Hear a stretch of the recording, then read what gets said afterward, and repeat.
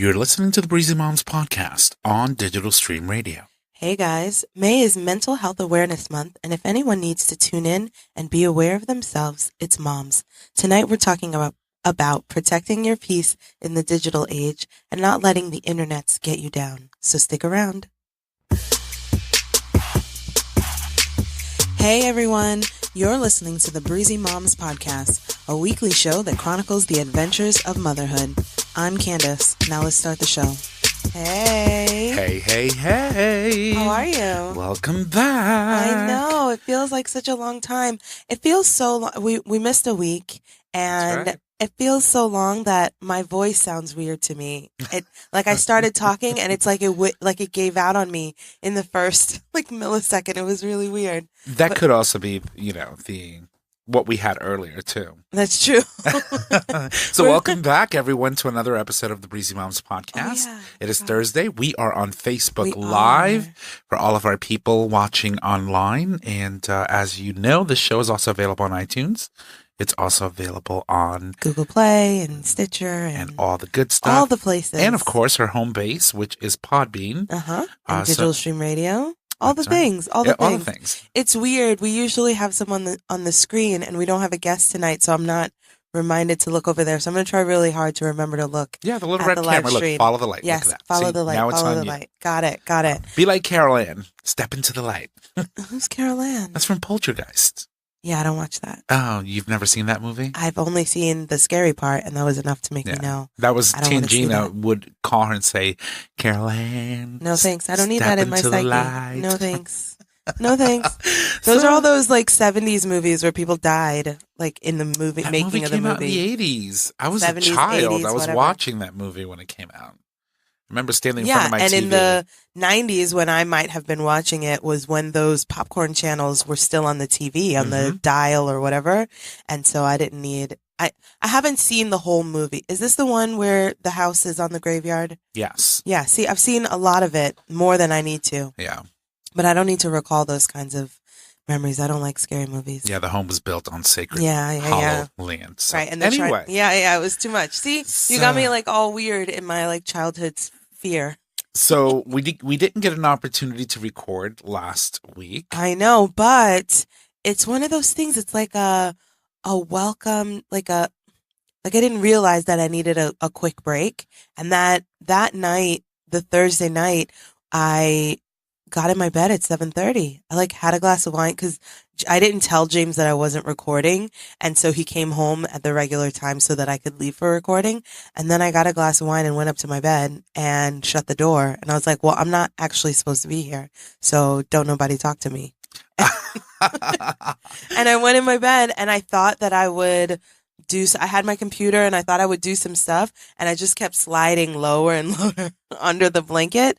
And I went right to sleep and it felt so good. And I think I posted about realizing that you don't realize it, but then you get a forced break sometimes. Yeah. And your body just leans all the way into it. So. And That's what it's always last week welcome was to, like. right? It's those unexpected, I get to just lay in bed and just do nothing or do whatever I want. Which doesn't come often when you have young children. So we missed last week's episode on the heels of Mother's Day. So happy Mother's Day to you. Thank you. And shout Right? out to all the moms who That's watch the show, listen to the show. It was a wonderful, and Mother's Day this weekend, I think it was Sunday. It was beautiful. Or Saturday was beautiful, whatever. The weekend when you would have been enjoying the Mother's Day weekend, it was a beautiful day. We were outside in the backyard. We actually got I didn't get sunburned, but a few people got sunburned. And that's I how did. you got sunburned. I know. But that's how unexpectedly beautiful and gorgeous it was. And when you live on the East Coast, you get excited about beautiful weather. So Yeah. that's why we talk about it. But yeah, Mother's Day was amazing. And then Mother's Day weekend was actually the same weekend that James graduated. That's right. So it was we had family come up and his brother and Nicole and his dad and cousin. And it was just a wonderful, wonderful time. I think they came from Friday night. So we had a couple days and I got to spend some quality time with Nicole, which was really fun.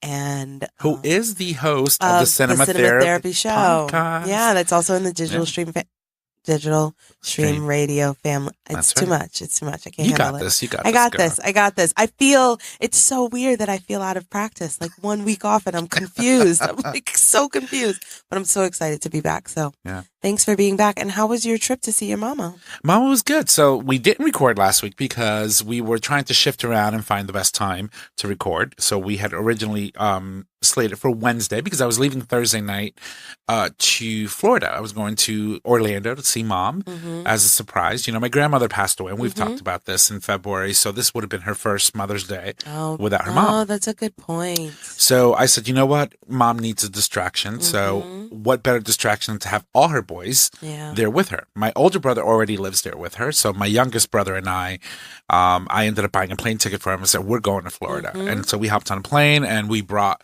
her two sisters, her younger sister, her two younger sisters, and then her best friend. That's amazing. And we just showed up at her door. Yeah. And it's so weird. I mean, it's not weird. It's so easy to forget people who are missing moms or, you know, like we just focus on the moms that we can see and we forget that even in joyous times that there are people who are hurting. They like want to be happy for everybody else, but either they're missing their mom or maybe they had a lost child or like a recent miscarriage or, you know, like there's just so many things, so many ways that Mother's Day can actually be really sad for some people that and then especially in a time where everybody else is so happy. It's okay. Like it's one thing to be sad when everybody else is like going about their life, but when everybody is forcing being happy on this day about being a mother or their mom and you are either and you're mourning in some way, it's really tough. And I admittedly forget about that. And I was conscious of the fact that she may have not want to be in the mood, you know, being that it was her first time. But I think having her two siblings there, her two sisters, that were also going through that pain of not having their mother there, gave them an opportunity to decide together collectively, okay, how do we want to do this? Yeah, well, how thoughtful of you. That's amazing. And we had a great time. You know, they had their moment. I left and I said, I'm going to go away. You ladies get together, figure it out, make some coffee, cry, do whatever it is that you do. Right. And then you tell me what you want to do. Yeah. And, you know, so they decided that, oh, yeah, we're just going to cook at the house and we're going to have people over and drink a lot of beer and all that good stuff. And that's what we did. And we went to Daytona Beach. I think it was Saturday. So it's about an hour and a half from Orlando. And so we ended up going to the beach, but I didn't realize that beach has not one goddamn freaking palm tree anywhere where you can hide under like a shade. So needless to say, I got burnt and a lot of us did, but we ended up renting umbrellas at the beach and sort of kind of like hide under it. And we try to make the best of an uncomfortable situation because it was 95 and super humid for like 4 days straight. So, but we dealt with it. That's good. That's good. I haven't been to Florida in a long time, and I don't miss it. But I know that it's fun once you get there. Yeah. Yeah, I mean, you find things, especially in the Orlando area. You've got Disney World there, Disney World. You've got Epcot Center. You've got all these parks and like water activity related parks that you can go to and really make a really nice vacation out of. It's just that it's so congested. Yeah. You know, like traffic and stuff. But overall, it was a good visit. Good. I'm so glad. I'm so glad. We actually didn't get to see our moms this weekend. My mom was at home with my nephew and they didn't make it out, and James's mom was working. So I'm looking forward to when we get to see them maybe in a couple weeks. It's weird, but we did have a lot of family over, so it still felt good. Nice. So nice. I'm glad. And of course, right on Sunday, I said to Mom, like, Ma, it's 8:45. I'm going to excuse myself for an hour and a half. I'll be back. And you know what I was going to go do, right? Yeah, Game of Thrones. 9? I thought it comes on at 10. You were getting ready? 9 o'clock. It does come on at 9? Yeah, 9. And it goes all the way through 10:20 because it was an hour and 20 minutes. Oh, yeah. See, I watch it on demand anyway, so I have no idea what. Yeah, I wanted to watch it so that I can go on Facebook and not worry about anything being spoiled or, what an episode. But anyway, the show's not about Game of Thrones. I know, but we'll come around to it because I feel like there are some themes in there that are related to this, to tonight's episode and Mental Health Awareness Month. So we'll swing back around. to And we'll Daenerys catch and up on her wildness. I do have a question for I'm you, listening. my dear. How are your boys? The boys are good. So I want to start with a huge congratulations to James, who graduated this weekend. And it was really exciting. It was so cool to see him in his cap and gown and to be on a school campus and kind of like going through the graduation ceremony. I haven't been to a graduation. Actually, I've been to a graduation, like his cousin graduated, but it just felt like such a distant experience for me because it's been a while, like 15 years since we graduated. So I wasn't prepared for how fun and like exciting it was going to be. And also having the boys there. So he it's going to Quinnipiac and he has one more class left, but you know, we'll celebrate anyway. And so taking the boys to the arena, the basketball arena where they held graduation, it's such a big space. And they were so excited to see, you know, we see them on the screen. We saw James and walking up, like it was a whole thing. And then I also felt like kudos to myself, like some peak mom, some peak parenting, that I had headphones and tablets for each of them. I had snacks for them because, you know, graduation ceremonies, they can be very loud and long. Very long. It wasn't very loud, but it was pretty long to be sitting around and to be a kid and not really know what's going on. And we didn't get to sit with the whole family. So the three of us were sitting on one side of the arena and the rest of the family was sitting on the other side. And I tried to hold out as long as I could, letting them just sort of like be in the moment. But then when Emery started to flap the folded seats, you know, like, I don't know what I'm trying to say. He was falling in the seat, like he was folding up in the seat. So then he got down and just started to like with the seat. So he started getting restless. Yeah, he started getting restless, and that's when I knew that we needed the tablet. And then 5 minutes later, we needed the goldfish. But then they were totally absorbed in Power Rangers and whatever else they were watching, and so then we were able to make it through the whole time. And then I left just before. Like just when the last group of people were getting their diplomas, I got them up and we walked out, even though it meant we were walking through the stadium when other people were getting their diplomas. But I thought that it was the best thing for us to get ahead of the crowd and not be by myself with them and Emery trying to like navigate this. You know, the stairs are really steep. So it was really good to be there and like maneuver. It was just making me think that we've got our trip coming up in August and maybe I can handle it. It's definitely a little bit different, but still the idea of being with them by myself and maneuvering outside of our house, you know, like inside your house to Walmart you're used to that kind of thing, but it made me feel like I could handle them. Well, I mean, the important thing is that you plan. Like, a lot of people do that. I consciously, like, once when I go to a concert, once the last song is sung and they get off the stage, I know that they always come back for that one last song. Yeah. I don't stick around. You know, and especially if I'm in a casino, I'm like, I'm going to be at the slut machines. Right. I'll see you there. Yeah. You know, and because you're right, you avoid that whole crowd. And a lot of people don't realize the danger that you can put yourself in if something should happen at that very moment and where everyone's trying to get out at the same time, you put yourself at risk and your children because you can get trampled. Right. So, you know, when they're so small. Yeah. And you're ahead of the game. So that's awesome. Smart. It was like peak parenting for me. Yeah, I felt pretty good about it. And then we just hung out a little bit. And then afterwards we went back to the house and we didn't barbecue, but we actually had Chinese food. It was the chillest family gathering.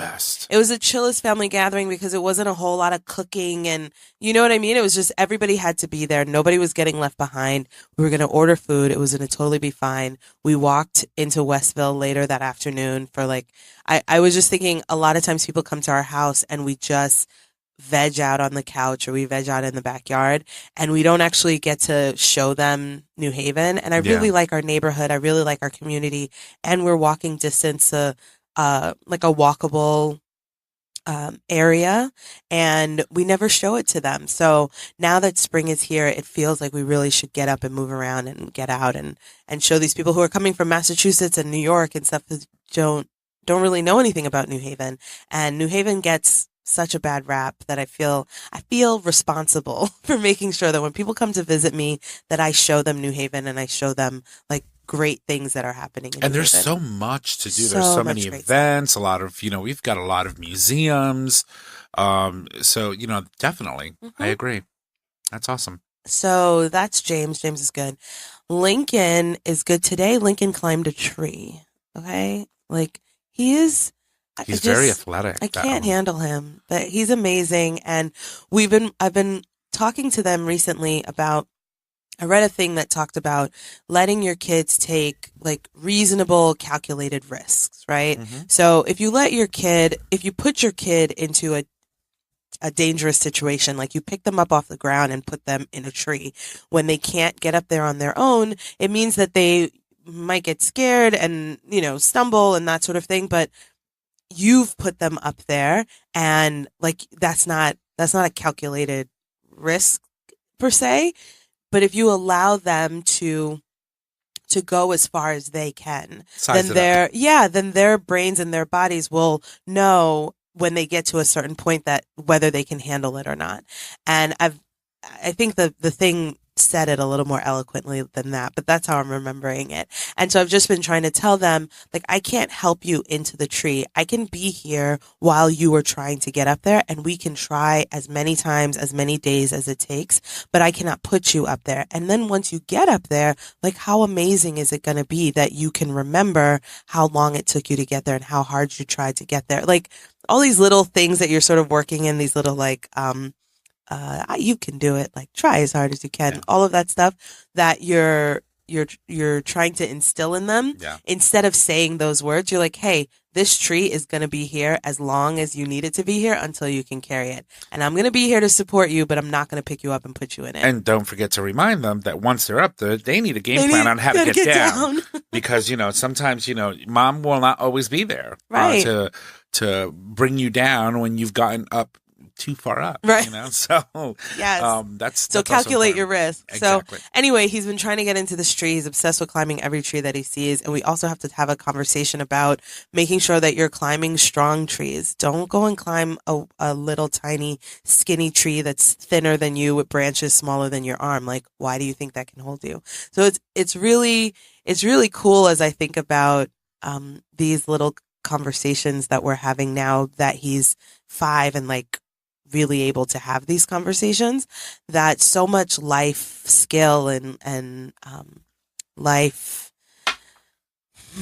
choices or whatever is built into these little things like climbing a tree. Yeah. So anyway, he climbed a tree today that he's been trying to climb for a while, and he was so proud of himself. He did it like 6 times.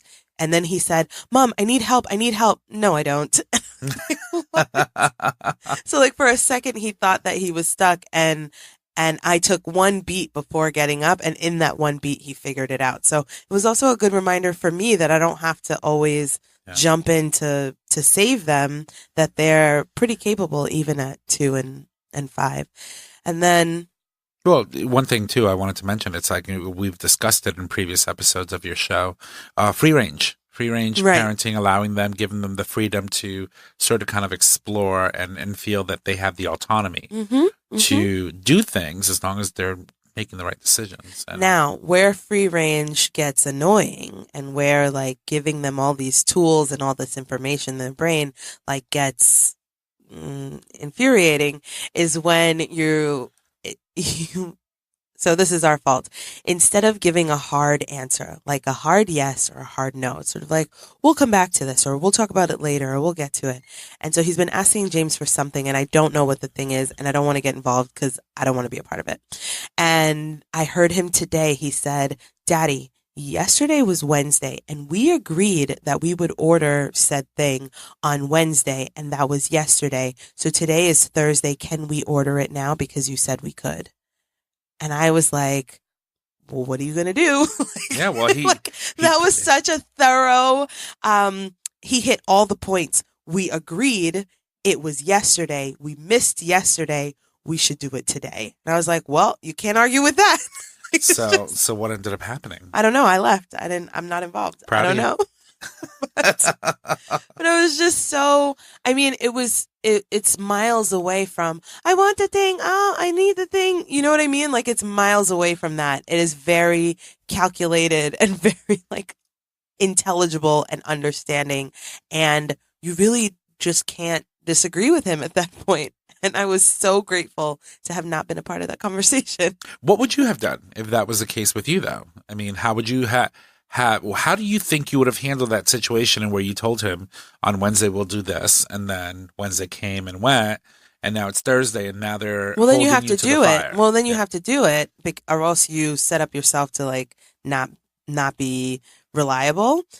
But where I might have handle it differently would have been at the onset. Like, I've gotten very conscious and I think very good at making a quick decision about whether I want to do it or not, and then just being firm with that answer. So it's either yes, you can have it, or no, you can't have it. And I've been consciously working on not delaying the decision with them. I delay lots of decisions. I have a very difficult time making decisions for myself and for my life. But with them, because I know Lincoln is at an age where he is remembering things and comes back, I just make a quick decision about whether it's a yes or a no. And then I just give it to him plain. Like, no, we're not buying another, he wants another Voltron. We're not buying another Voltron. But it's Voltron. You can ask me if you want to, but I said no, right? Like, gotcha. And so it's not, oh, I'll think about it. We'll talk about it next week, or blah, blah. Or I might say, you can have another thing at, like, your birthday is coming up, but his birthday is gone. So the next logical thing is Christmas, right? Like, at Christmas, you can have a Voltron. But I'm not like kicking the can or pushing out the decision making with Lincoln. With life, I am. But with Lincoln, because I know, like life doesn't come back at you with that shit that he just did to James this afternoon. Like, it doesn't happen that way. You know, other things happen, but it doesn't happen that way. So with him, I know that he is going to come back. And even Emery did the other day, because I said, he asked me for an orange on a day when he'd been eating, like, I think he's going through a growth spurt. And so he's been eating constantly, which means I'm in the kitchen on my feet constantly. It's driving me nuts. And it was the 39th thing. And I was like, okay, after daycare, when Erin goes home, then you can have an orange. And as soon as she walked into the driveway, he came tugging on my thing. Can I have an orange? And I was like, what? like she didn't even leave yet. 2 seconds. Yeah, so now I know that with him as well, I need to make these hard decisions, like no more food. And that's a separate conversation that's been really difficult for me, because growth spurts are real and they're burning, and they're kids and they're running around and they're burning. But like, literally on Monday and Tuesday, Emery had me in the kitchen the entire day. As soon as I gave him something, he wanted something else, and he was eating it. It wasn't even like he was not, he was just like playing around with the food. Yeah. He was actually eating constantly every minute of the day that he was awake. See, that was my mother's philosophy. You asked for something, as long as you ate it, she gave it to you. I mean, within reason, obviously, you have to think about, the kind of food. Is it candy? Is it blah, blah, blah? Yeah. Yeah. And also, are you having too much, right? Too many calories, and where now you're starting to promote overeating. Right. And possibly having an issue with a child gaining too much weight too fast. So, those are things that you have to sort of kind of weigh out too, right. as a parent. So with me, they seem fine on the weight side. For me, during the day, that kind of thing is not just one kid is asking you for food. As soon as he asks me for something and I say yes, 4 other kids want the same thing. So it's different, because it's not just mom and kid, or like, it's like it's a lot, because it means that I'm in the kitchen getting this food for like 4 different kids. Not only did my budget not adjust, like not account for this many additional meals for this many kids, it's just annoying to be, because it's like, you want an orange? Now all the kids want an orange. There's no prepping in the world that can get you ready for that. No kind of prepping. So at that point, so he's like, I want to come in the kitchen. I want to sit and wait. And I know that that's just like an entry into the kitchen so he can ask me for something else. And I'm like, the kitchen is closed. It's closed. So he was going on, and I turned off all the lights. I was like, listen, it's closed. Oh my God, you just reminded me of that sign that I see in certain places. Like I see them at one of these like, stores that sell like funny stuff. And it says, this kitchen is closed due to illness. And right below it says, I am sick of cooking. Yeah. You need one of those signs. It's real. I do. And it's overwhelming. And I hope that he gets through whatever he's going. I mean, the important thing is that it's on your radar, and and you're consciously thinking about what it is that you're doing, especially around this time. So I think that as long as you keep it on your radar, I think you'll manage that. You'll manage that well. He's driving me nuts. Then, this week, James went on a work trip from Monday morning until Wednesday night. Oh. So we had 2 sleeps without him, full days. Just us. He took Lincoln to school Monday morning, and then I did the rest of the day, the next day, and then the next day. And I thought, like, I was silently freaking out about it. I was like, I don't think I can handle it. Like, it's one thing to be with your kids all day with no break, but to be with a lot of kids that aren't yours and yours all day, and then no break, and then another day, and then another day. I really thought, I was really worried about it. Did you make it? But I made it. I'm proud of you. I'm proud of me too. And it made me think, like, James always saying stuff, and I'm like, I hate you for being right. He's like, if you say it's going to be hard, then it's going to be hard. Within reason, I feel like that's true, because sometimes shit is just hard. But I think that I psyched myself up for it to be harder than it was. And even though I talk trash about the boys all the time, they're actually pretty reasonable. And someone else just told, I took the kids to the library today, and someone was like, oh, you've got a pretty like even keel group. And I was like, I guess I have to admit that the kids in my program, my own kids, even though they push my buttons, they're pretty reasonable. So I think kids know when to push buttons, though. It's true. So when you're in public spaces, one or two things can happen. Either they're going to go gun-ho all the way in and just really push your buttons, or they're just going to hold back and wait for an appropriate time. Right. And I think that they're really good at determining when the appropriate time is, because they know, they know that feeling like, mom is going to get upset and she's going to put us in her place and scold us for it. Mm-hmm. But she definitely doesn't want to do it in front of other people. So maybe right now is not the good time to do it. Like, they know that. They do. It's even amazing. at 2 years old. Yeah. Even at 2 years old. So I think that's awesome. So that's awesome. So the boys and everyone is good. Mm-hmm, mm-hmm. And so we've got a big conversation to talk about well, today. let's jump right in.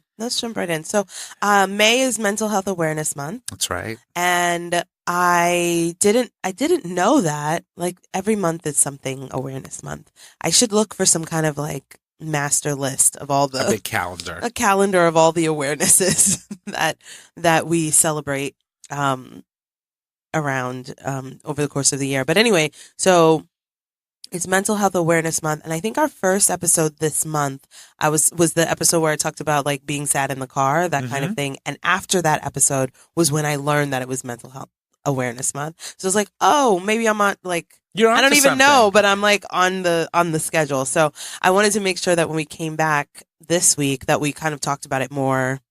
And I mean, that was a lot that we talked about that time, but I wanted to continue the conversation.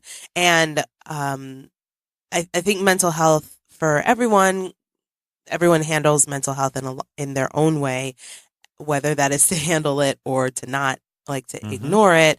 And now we know that it's very important that we all manage our mental health, and that we work hard to take away the stigma, because it's easy for people to say that they have some other kind of problem, like a drug problem or an addiction problem, or I guess those are the same thing, or, financial problems or any other kind of problem. But as soon as you say you have like a mental health issue, or you have a mental health issue, there's such taboo about it that people are afraid to say anything, afraid to get help. And then you sort of, if you really need the help, you spiral, and then you're in trouble. And then everybody says, oh, I wish you had said something. Yeah, but you know what the big catch-22 with that is? That most addictions like drug addiction, sex addiction, any type of addiction STEM. has or some sort of mental health component in it, right? Because it's your brain fighting with you, your body, your brain telling you don't do it, but you need it.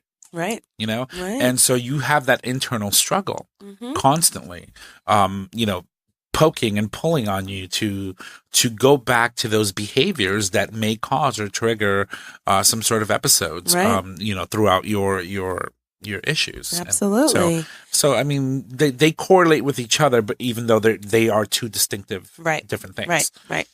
So what happened last week is that in my community in New Haven, there was a group of women that were hosting a women's healing circle.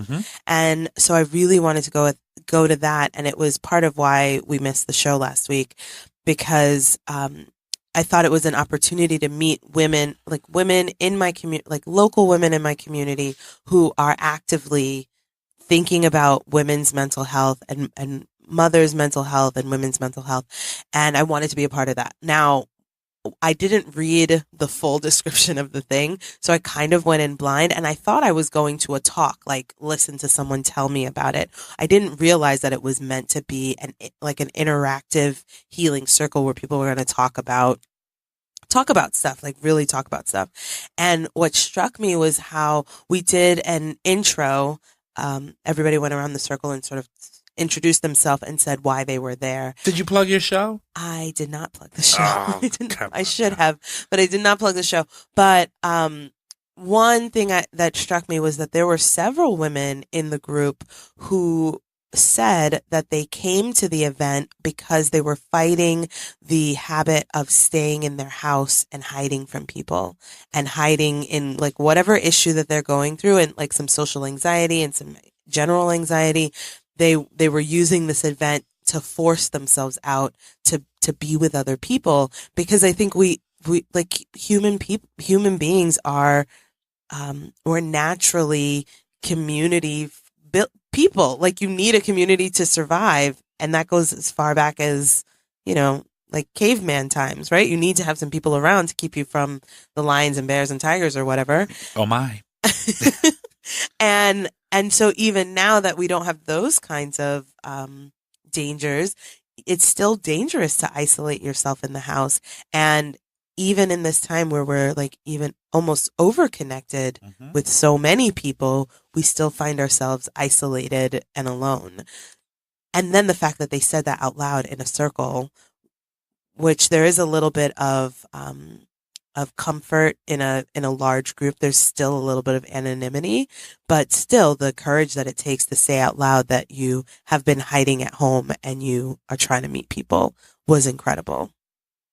It's pretty intense though, because a lot, you know, and then when you're in that environment, it also lends for you to open up a bit and be a little bit honest about what's going on in your life.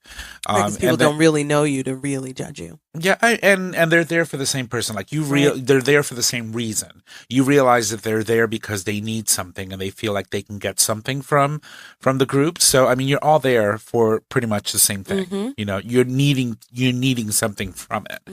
And so when you have an opportunity to do that, and then also listen to other people, it helps to put your issues and in perspective. Absolutely.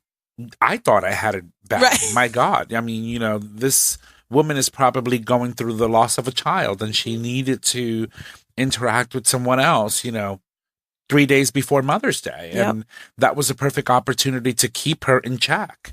And, you know, those things are important. So, I mean, it just, you know, knowing about what's going on in your surroundings helps you get grounded. Yeah. And it's a tricky thing that you feel better when you hear someone else has it worse. I don't know what that is. There's probably some, you know, psychology around that. Yeah. But definitely this idea that you put your issue in perspective, because like, at least I don't have that thing, you know. Well, like, but when you're by yourself, you have no choice but to think yours is the worst. I am going through the worst right now, because you really don't have anything else to compare it to. Right. And to judge it on. So, and the other thing that happened in leading into that circle is I found that I saw it and I was immediately interested in it.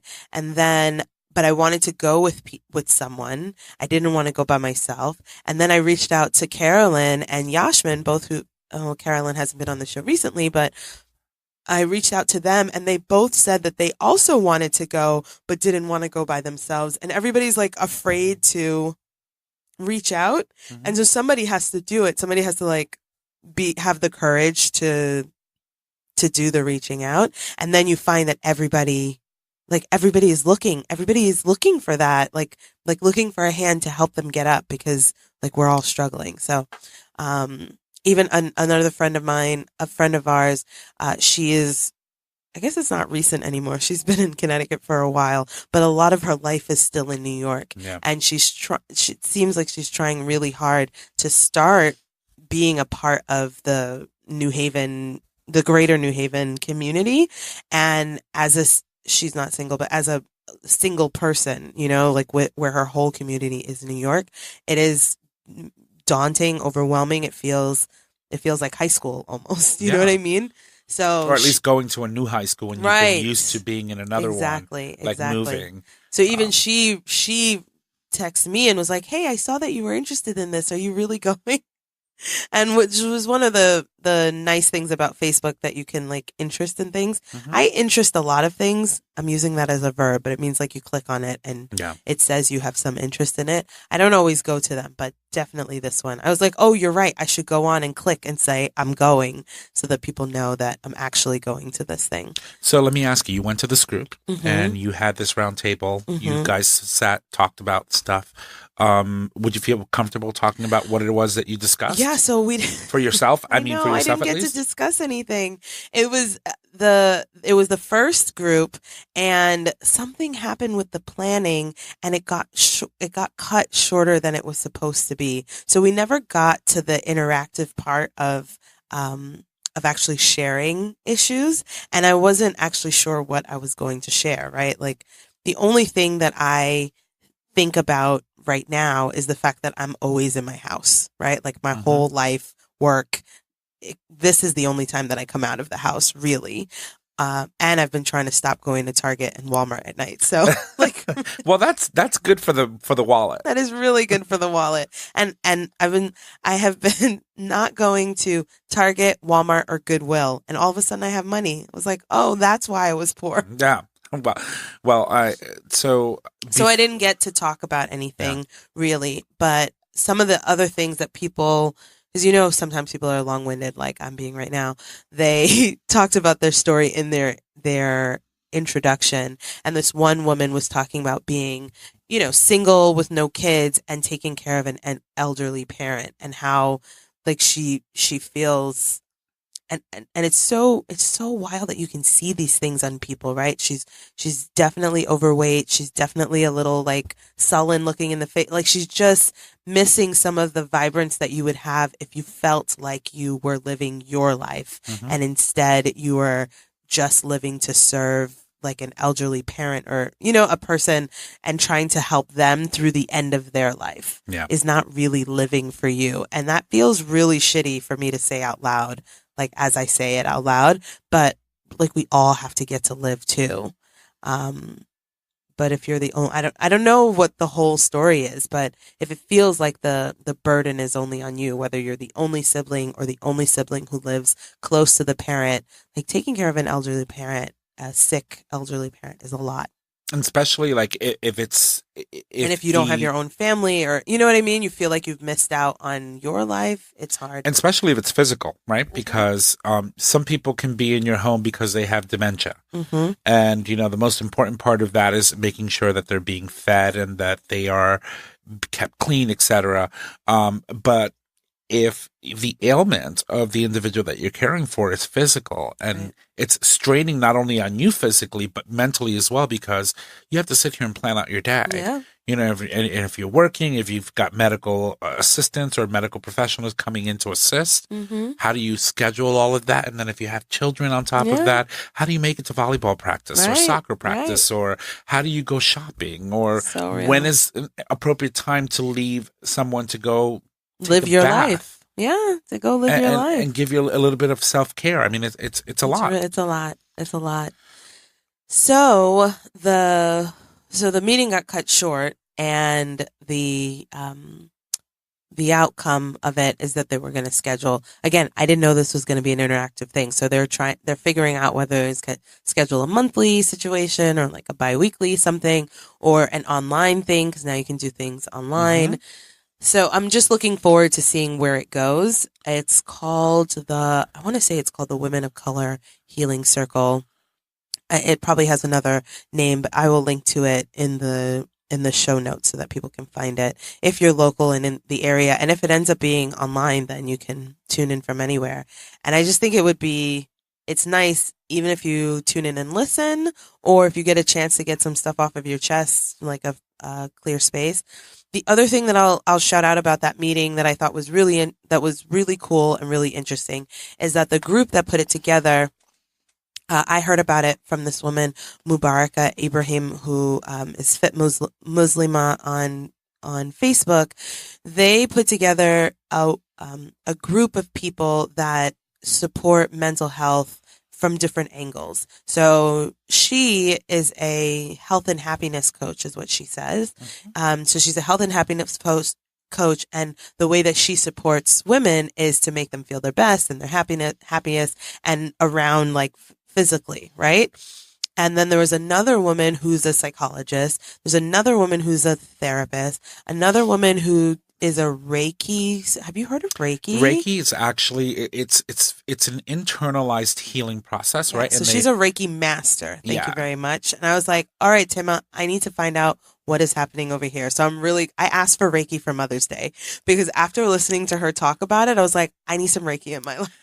Come and align my chakras, please, and thank you. It's geared around. Have you done it?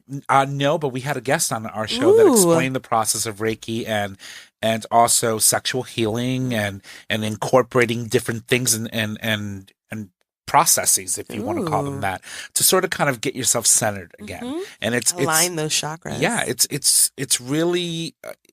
It's sort of kind of like it's like a self. I mean, it sounds like magic. It's amazing. And sorcery. It's amazing. But I'm into it. I like magic and sorcery. Yeah. And the and I'm not trying to minimize it because I don't know enough about it. But like because I'm joking, right? But the mind and the body are so linked. And James keeps playing The Matrix for us over and over again. Like in the last month, we've watched The Matrix in part or in its entirety at least 10 times. But the mind and the body are so linked that if that magic and sorcery gets through your mind, you got to do it. Works. You know what I mean? So you just roll with it. So I'm totally interested in Reiki these days. But yeah, so the point was that you don't have to do a specific thing to, like, there's not only one way. There's not just one way to work on your mental health. There are lots of different ways for you to find ways to fix yourself and support yourself and heal yourself. And if you have to go through all of them until you find the right thing, then that's what you do. But don't feel like you did one thing and it didn't work, and so you just give up. You're like depressed forever. And I wanted to point out too that with Reiki, it's very physical, right? Mm-hmm. So the whole premise behind it, it's an alternative to it's a form of alternative medicine called energy healing. Mm-hmm. And what it does is they use techniques of like palm healing and hands-on healing, rubbing, mm-hmm. Contact, kind of like body massage. Contact, which is why there's a physical aspect to it. Mm-hmm. But this Reiki master said she can do it over the phone. So there's also a virtual. There's got to be. Listen, there's some virtual stuff too. There is absolutely everything for everyone, and you can access. It's the interweb is just an amazing. I know thing, it's great. It's great. But the whole premise of it is just basically just self healing, and physical. But it's very physical, which is why when we had our guest on, we were talking about how Reiki ties into how you can use some of the Reiki healing and stuff, and as part of your ritual during sex to really connect with someone else in the process. Interesting. So yeah, it was very.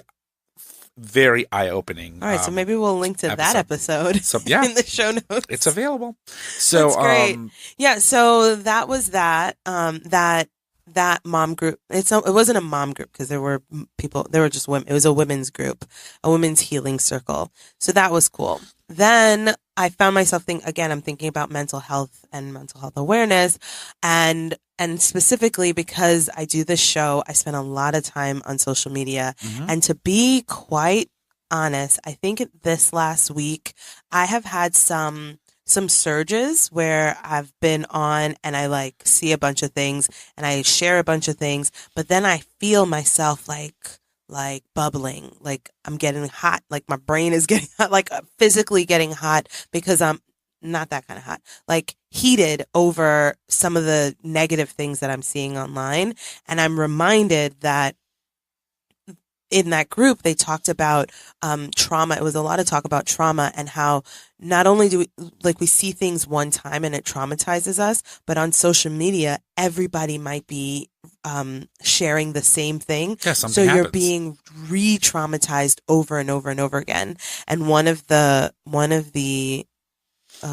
techniques, they said, if that's the right word, to help yourself is like when you see something, if you think it's probably going to get shared a lot, like hide it so that it doesn't come up in your feed again, to sort of protect your peace, right? We're thinking about if you're going to be on social media, if you're going to like partake, you still have to protect yourself in some way. So they talked a lot about unfollowing people. Like you don't have to unfriend people, but you can unfollow, you can mute posts, you can unfollow. Sometimes you look at something and then all the reactions, all the comments. When you like something. When you like something, then all of a sudden all the comments come.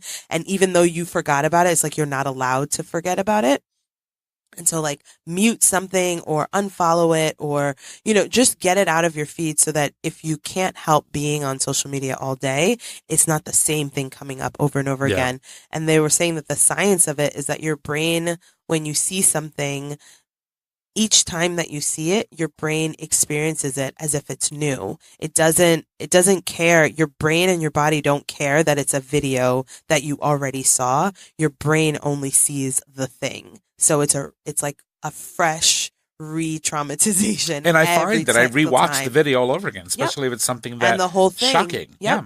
And so I've had to, a few people have sent me things and I'm just like, I see the title. I'm like, I can't watch that today. Like I'm not going to watch it. I already know what it's about and I don't need the details of that video in my brain right now. Yeah. And that has been the only way that I've been able to like protect my peace this week and as I'm thinking about it. And I think this week that I've actually not been on social media as much as I usually am.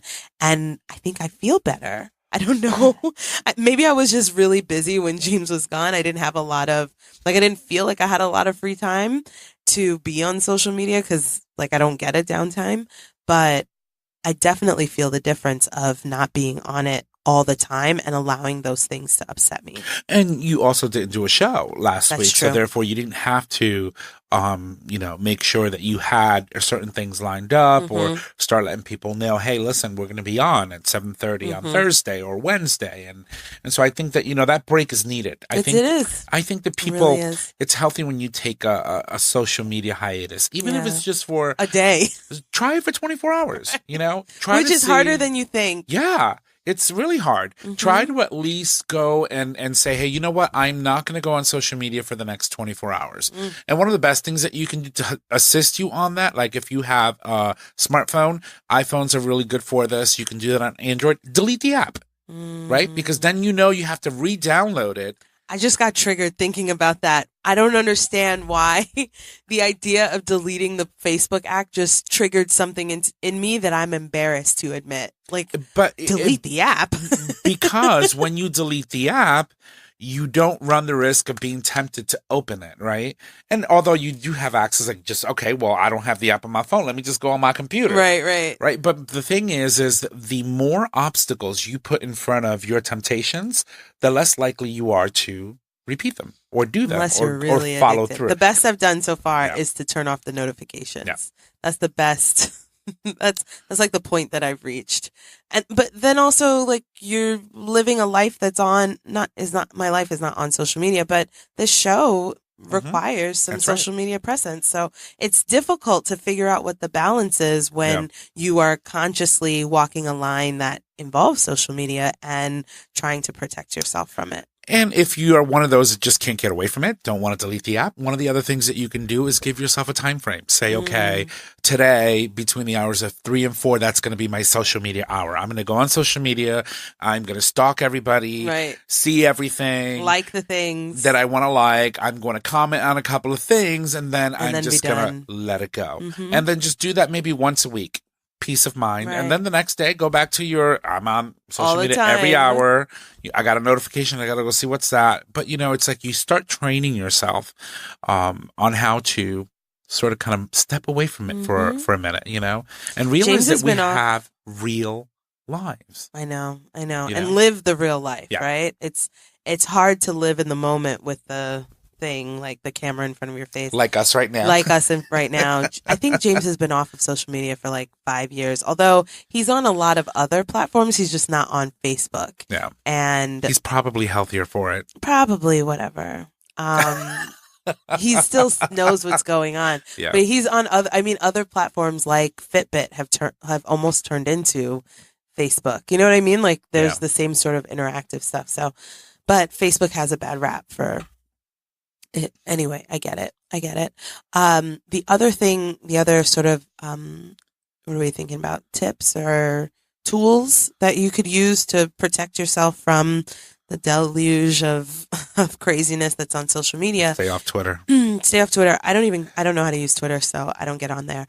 But one of the things that I am very conscious that I do is my phone is right next to my bed, and it's the last thing I look at night and the first thing I look at in the morning, and I'm not checking the time. Lots of people will say, "Oh, it's my alarm clock," or "Oh, not." Do you have an Android? I have an Android. Yeah, because I think for iPhones, they have what they call a do not disturb mode. Yeah, so I have no that. Notifications come through.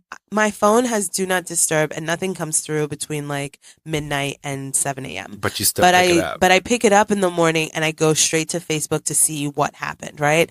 And I think it was last week there was a school shooting, or there was some kind of shooting, and it was the last thing I saw, like literally before I passed out. And I had a dream about being at a church and someone like standing in the bushes and shooting at the church. So the idea or the reality that like the things that you see on social media get imprinted on your brain so strong that then you're dreaming about it is insane. And on the flip side, if you spend even 5 minutes scrolling through all your stuff, the moment you open your eyes, like you're going to see some bullshit that Donald Trump did. You're going to see some bullshit shooting that happens somewhere, because a shooting happens every fucking day. You're going to see some shit about like the latest thing that's stressing me out is this woman who's trying to get her kid back that they took, like the ICE took from her, and they gave to some white family, and now the white family likes the kid, so they don't want to give it back. Like, it's heartbreaking. It's heartbreaking, right? And if that is the first thing you see in the morning, like that's the shit you brush your teeth with, and then that is the mouth you talk to your kids with for the rest of the day. You know what I mean? See, like for me, that it's is the the way. Like I stay off of Facebook first thing in the morning, but because I'm getting ready and moving around, I have the news playing in the background because I like to have some sort of information to really get my brain triggered to start going and waking up. So I have an app called Flipboard.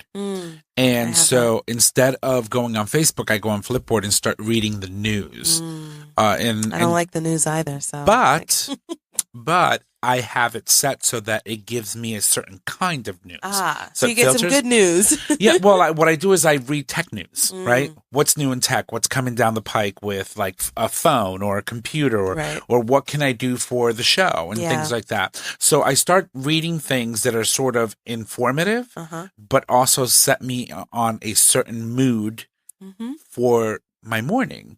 And then I go into and start reading the political stuff later on in the afternoon. In the day, yeah. You know, when my brain has already woken up and I can sort of kind of recognize that what I'm reading is probably going to get me into I'm ready to just yank somebody. Oh my God. By the hair. But yeah, you can do that. Use the ability to be able to filter the content that you're actually going to get. Yeah, and James Flipboard is listens good to for that. lots of like mindfulness stuff in the morning.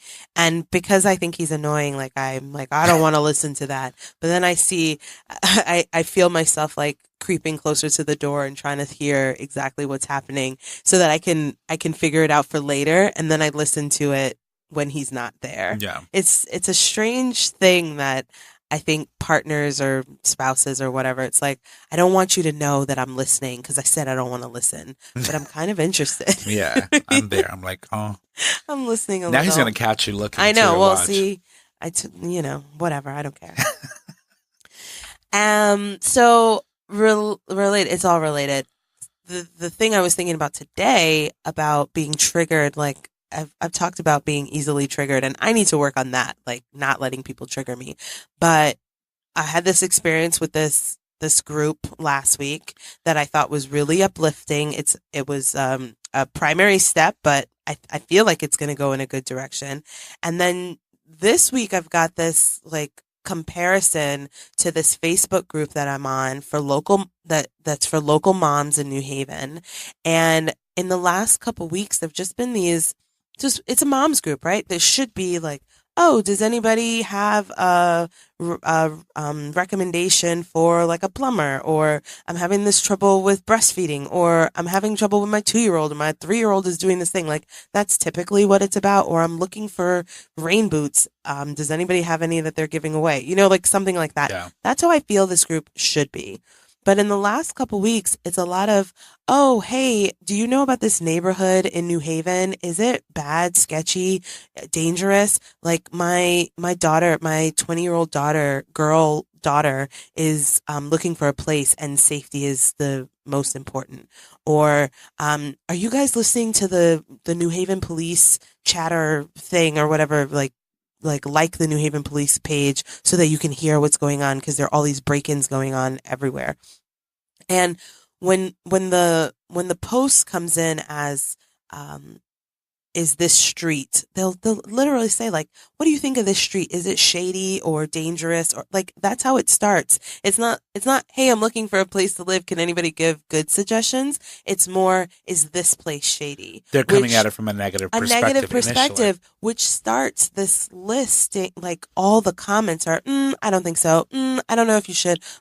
I wouldn't. Did you check with the police department? Oh, some crazy bitch said, oh, there are a lot of unreported gunshots there. And I was like, bitch, how do you know about them if they're unreported? She's probably the one pulling the trigger. What is happening? And I was like, ladies, okay, this is not a good fucking look for everybody.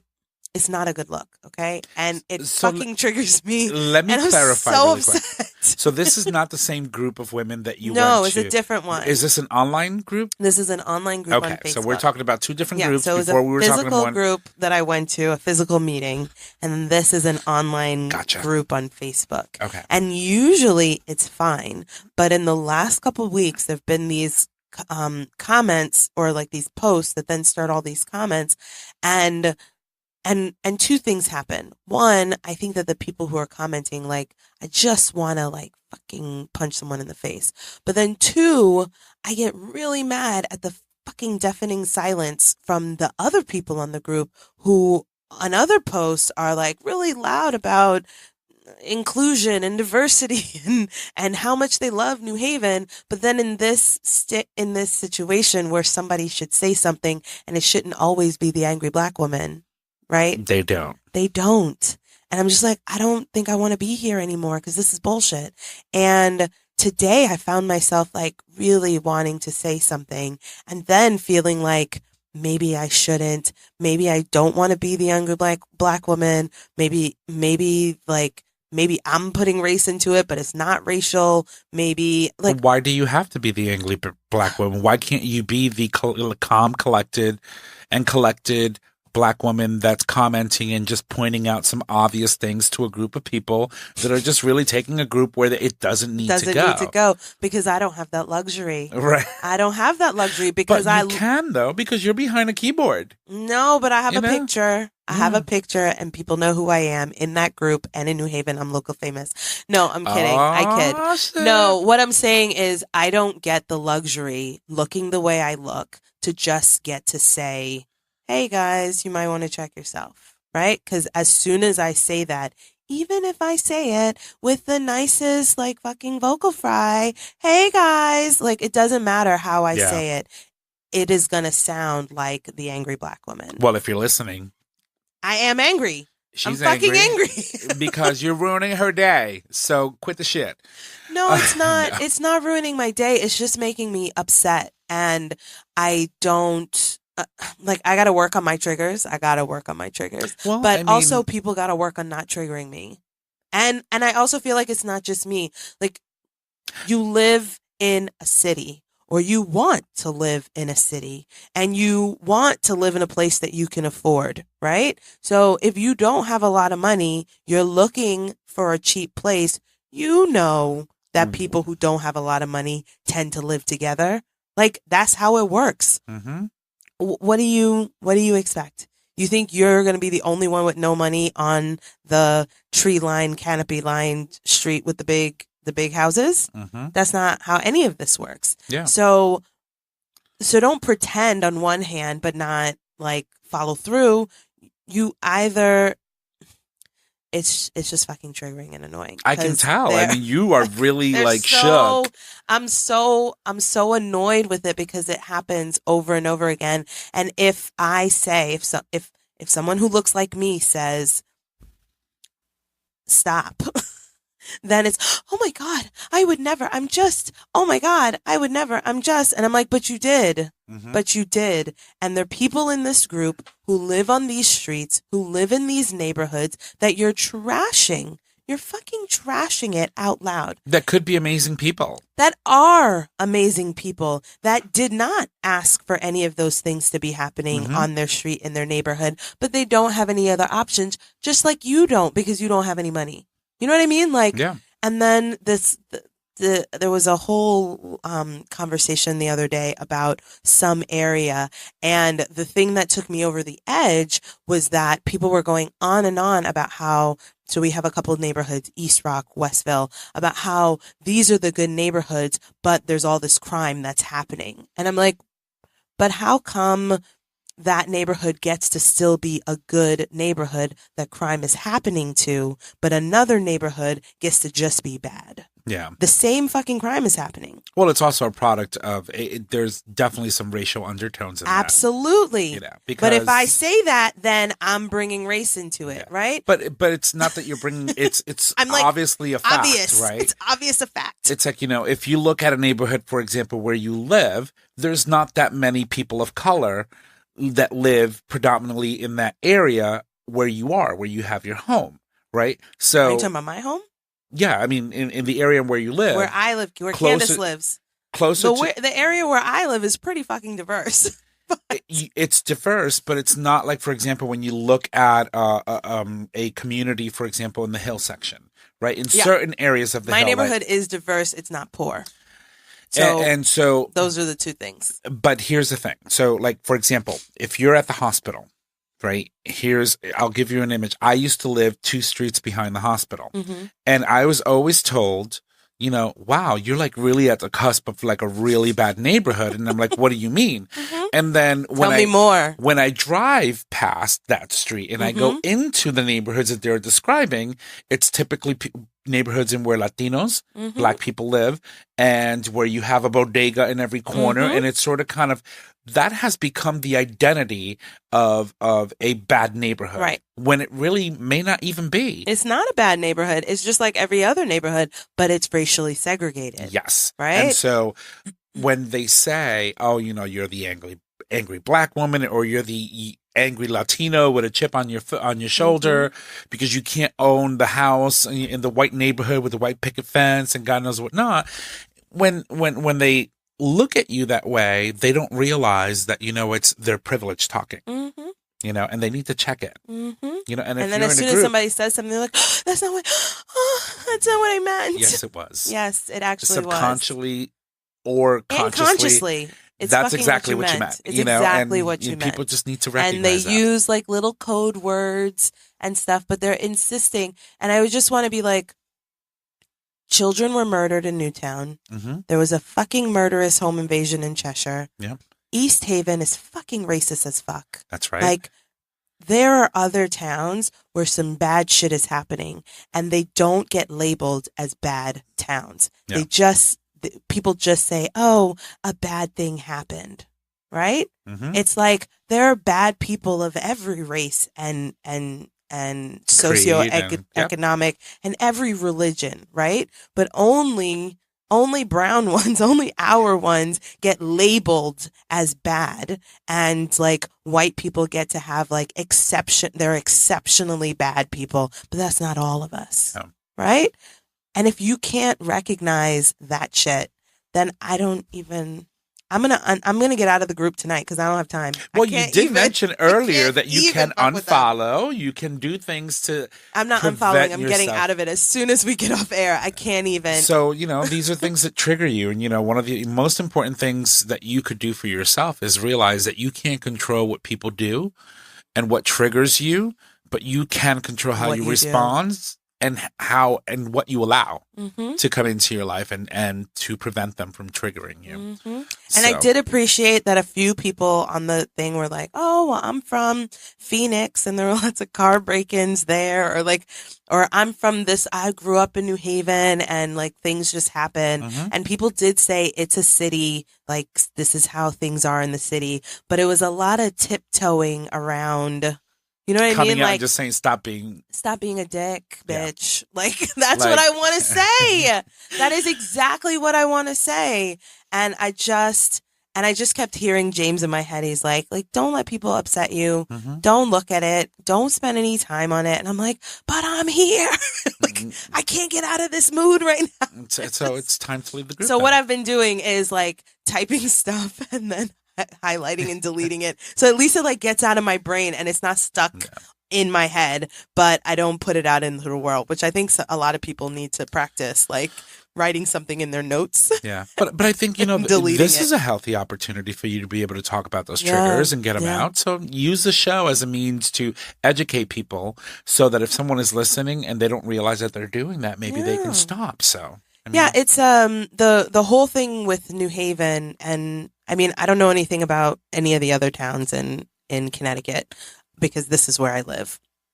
But there are a lot of times people very nonchalantly will say things like, "Oh, bad things are happening," but like, "Oh, but you should look in the area where I live because that's a good area." It's good because you live there? It's not good because you live there. I mean, it's good if I live there and I'm going to be cooking for you and barbecuing you and inviting you over. No, but I understand exactly what you're saying. I have a lot of white friends, for example, that live over the bridge in East Haven, or that side of New Haven that's considered East Haven. And people always talk about New Haven, but I don't feel safe in East Haven. I go in there at nighttime. No, but the thing is, it's like when they're coming into the city, it's like, oh, be careful. You going into New Haven, New Haven is very dangerous. And I'm like, you live 5 minutes across the border, which is still New Haven, by the way. I also only come to your house in West Haven. I don't drive around West Haven either. Yeah, West Haven is not that bad. But East Haven is worse. I mean, at least we don't have a mayor that's actively like seeking to, and a police chief. And a police chief that's actively seeking to incarcerate and find people that may or may not be legal, and then proceed to go and have a meeting on freaking news and say, oh, well, I just had tacos the other day. You fucking asshole. Like, really? Like, here you are, you're being accused of being racist against the people of color and Latinos, and you're going to go on TV. Well, but I like tacos. But I like tacos.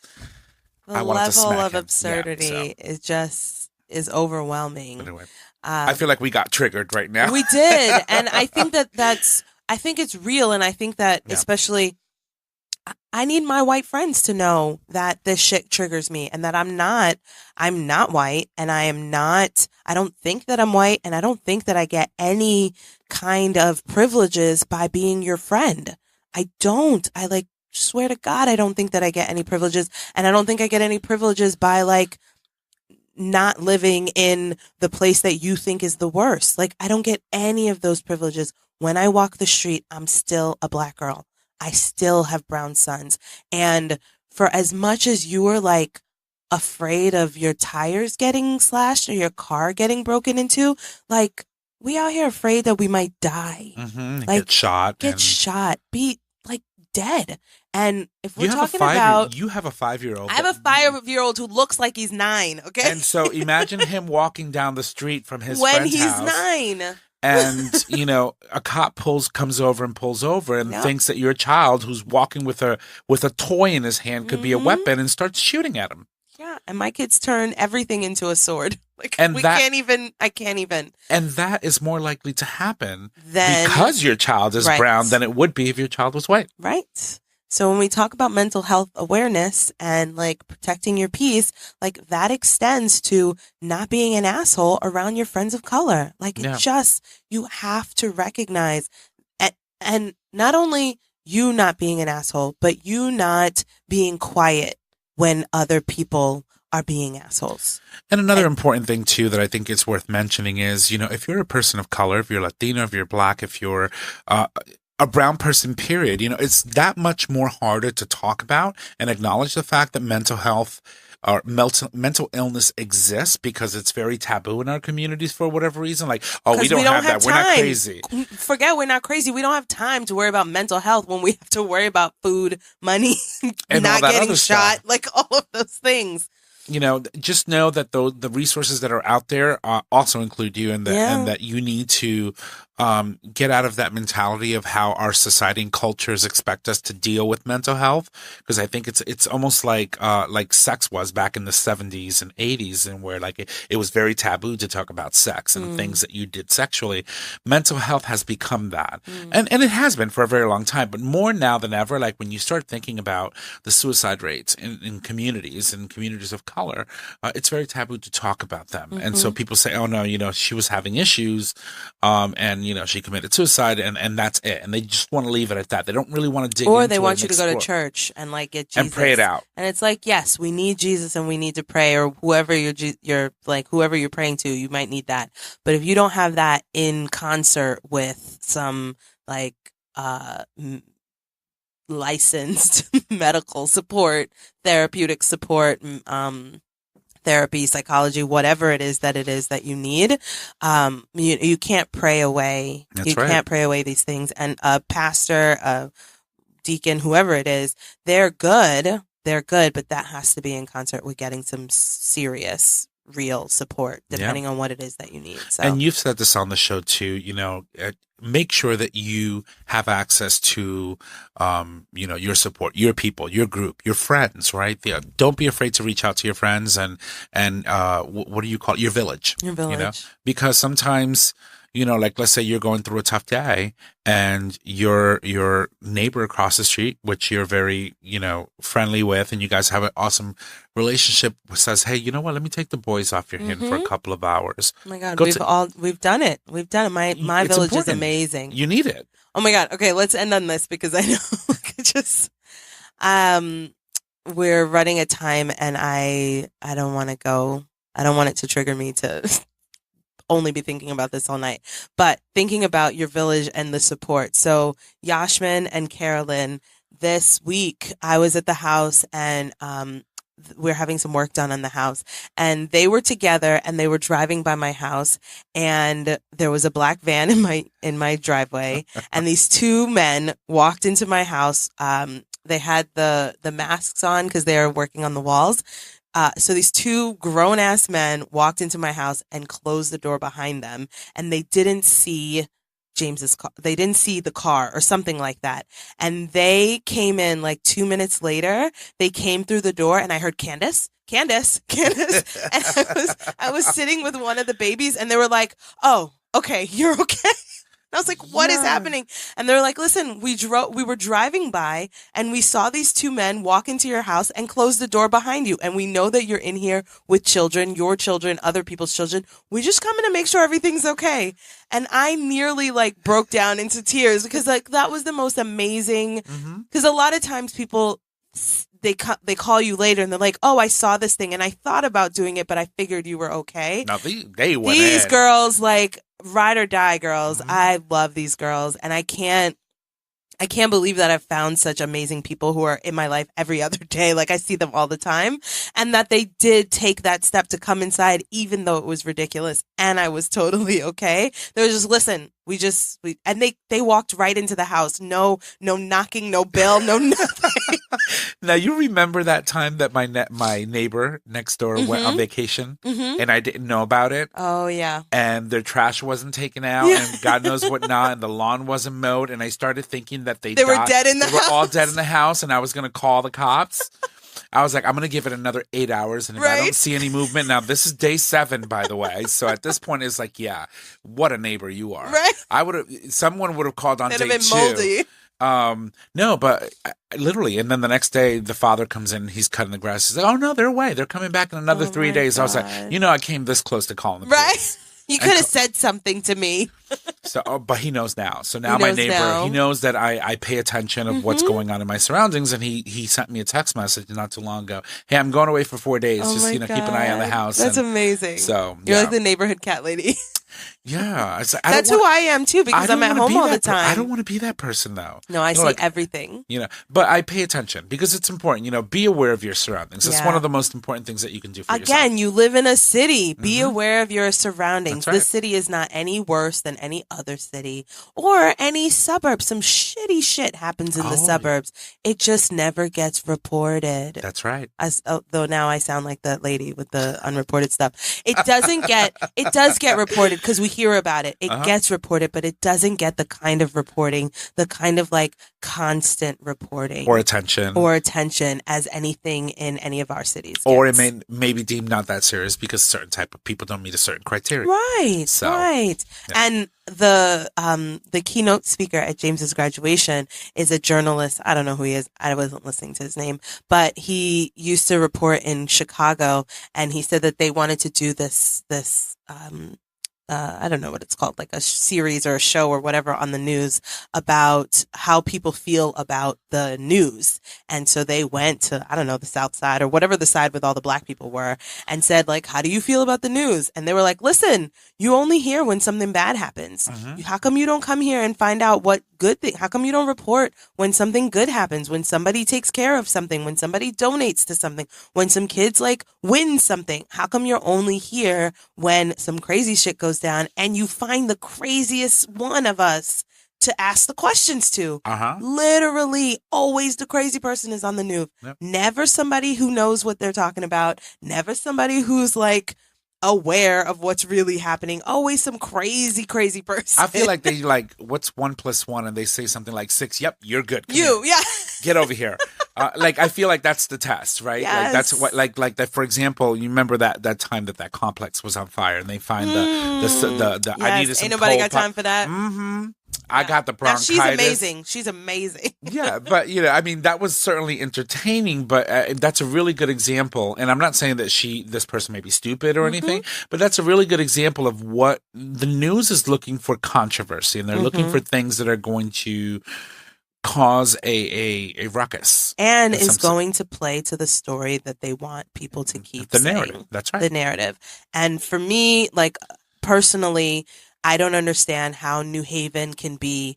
New Haven is on the list. It's like the top city for millennials right now. It's the number one place where millennials are running to. It's also the top 2 most dangerous cities in the country. And then also the most dangerous city in the country. Like, relax, okay? It can't be both of those things. It has got to be somewhere in the middle. Listen, there's got to be a place that's worse. Because I'll tell you one thing. The only reason why New Haven's on the map is because Yale University's downtown and they've got Yale Hospital. That's it. Otherwise, it would never even be on the map. Yeah. Like, true. we would be talking about Bridgeport about instead. I also probably wouldn't be there. And so, like, I'm there for the same reason that y'all are there. Yeah. So I can't handle it. I can't handle it. And I just wish that people would listen to themselves, or just like take a second before you hit send, which is what I did today. So you're welcome, bitches, because I had some salty ass shit to say to y'all today, and I fucking curbed myself real fast because James would say you can't fuck up the money. So like I tried really hard. I didn't try really hard. I deleted everything. I said everything I wanted to say and I got it off my chest and then I fucking deleted it. Highlight, delete. Highlight, delete. Like, just friggin' realize that I can't tell you how many times I've been triggered on Facebook and I got a paragraph and a half. God. Like I have a story and I'm like, I do that to James. James upsets me and I write a long text message and then I delete it. I just wasted 20 minutes of my time spell checking all of the shit. But you know what? And you all don't even matter. It's not worth it. Delete. So I know that we still have to do our hashtag MomSoHard tip of the week, but I wanted to quickly say that we're talking about mental health triggers and things of that nature. There are some resources out there. I want to publicly give you guys a website. It's called drughelpline.org.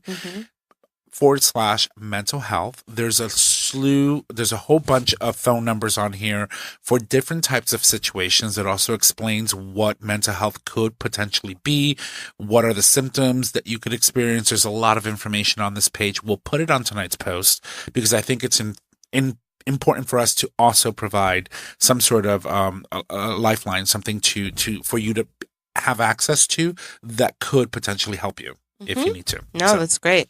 And I co-sign on that. So we'll put it on tonight. Yeah, we'll put it on tonight. Sorry, I just got distracted. Well, thanks for listening because that was, I needed to get that off my chest. It's important. And that's what the show is for. It's for me. And you all just get to watch. So thank you. Yes. Appreciate you.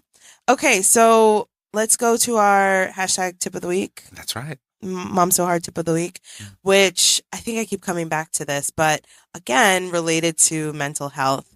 I listened to this woman, Patrice Washington, who said that a cluttered space is a physical manifestation of a cluttered mind. I don't know if she wrote that or somebody else wrote it, but like it's really like hitting me really deeply as I look around my house. Some spaces, my daycare space could be decluttered a little bit, but some spaces that feel like public spaces, I try really hard to make them nice, but some of my private spaces look crazy. They are crazy. And even when I try to clean them, they still look crazy. So I'm trying in the spirit of spring cleaning.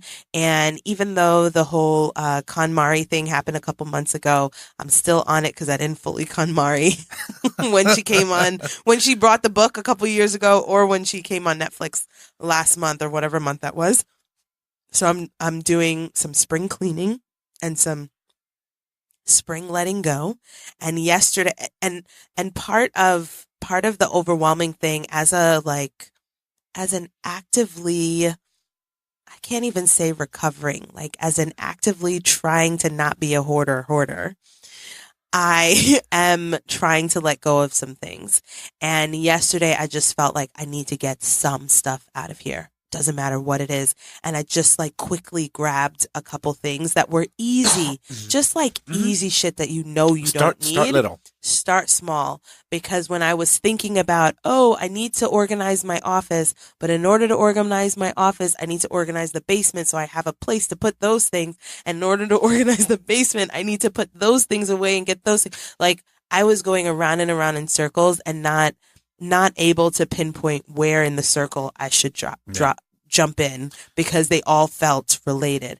And so I was like, okay, I got 3 minutes to grab whatever I can hold and throw it in the car and leave and go to Goodwill with it. And I have a closet. You have a Monica closet? I have a closet. And, I also think that it's important that people realize that it's okay to have that one closet where you shove everything in a pinch. Don't be afraid to go back to that closet and pull some stuff out from time to time and take your time. Rome wasn't built in a day. You didn't accumulate all that stuff in a day. It took you a very long time to do so.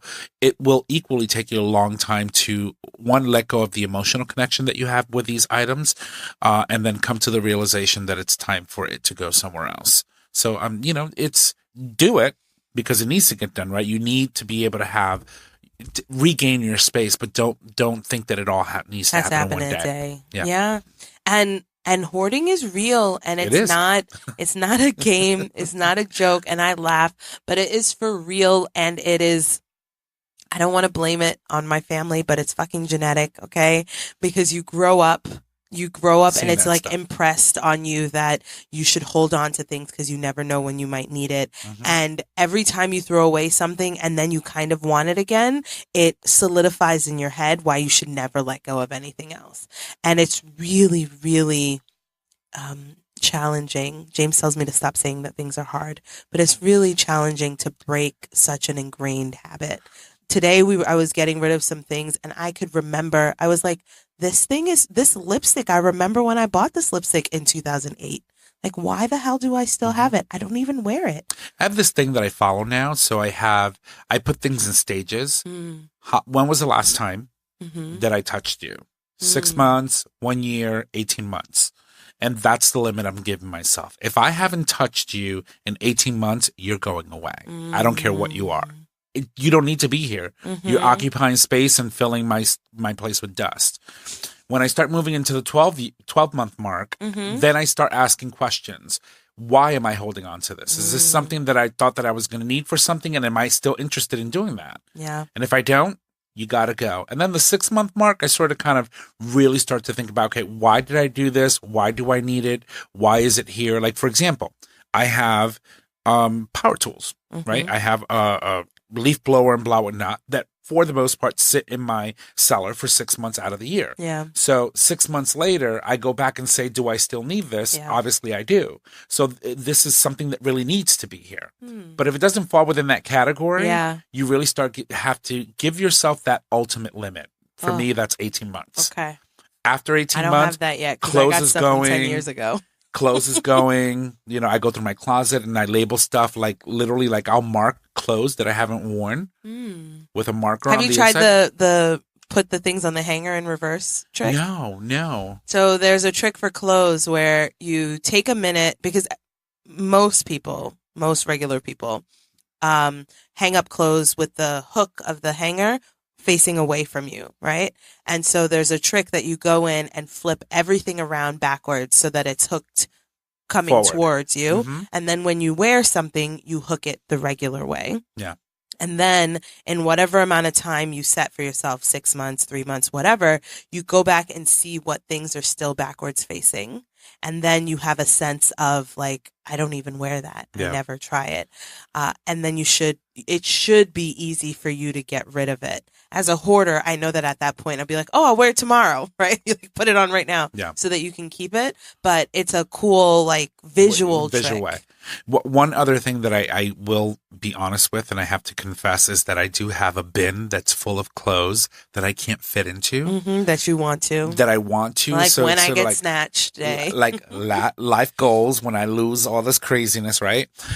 Which may or may not happen, but when it does, I want to be able to have clothes readily available. Right. So I keep at least 3 of the 25 pair of jeans that I used to have that were a size 34 that I could fit in once upon a time. So I got rid of the rest and kept 3. Oh, right. Okay. Because you at least have something. And I did the same thing for a couple of dress shirts or button-down shirts that I had that can't even come to here. Oh my God. So that's the goal. That's the goal. But the thing is that I have some of those clothes too because they're like your favorites. You remember when you wore it and how hot you thought you were. The reality of that, which I try to tell myself and I'm still working towards, is if I were to get back to that stage right now, I would want some fly ass new clothes. Like I wouldn't want to put this hot new sexy body in these 15-year-old clothes. But you still have to go shopping. I know. So you need something that's not going to be falling off on your way to the store. No, I hear which you. Which is why I kept like 1 or 2. Yeah, you sound like me. Anyway, the point is in this month in May, it's spring cleaning time. I'm starting to feel the springy. It's a reasonable time to start clearing out things.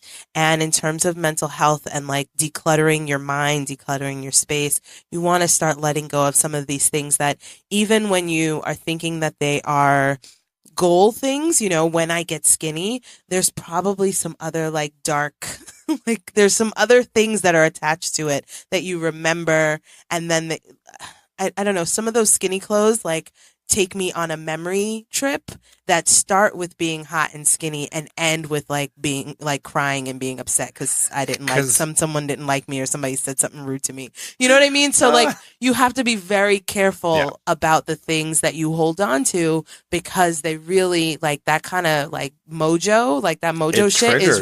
is real.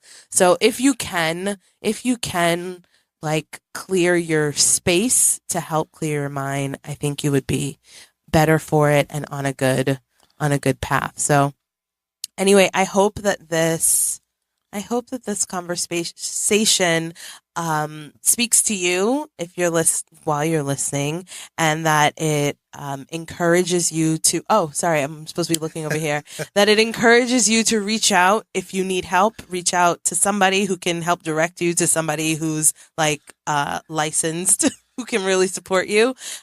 Also reach out to your religious person if that is what you want to do.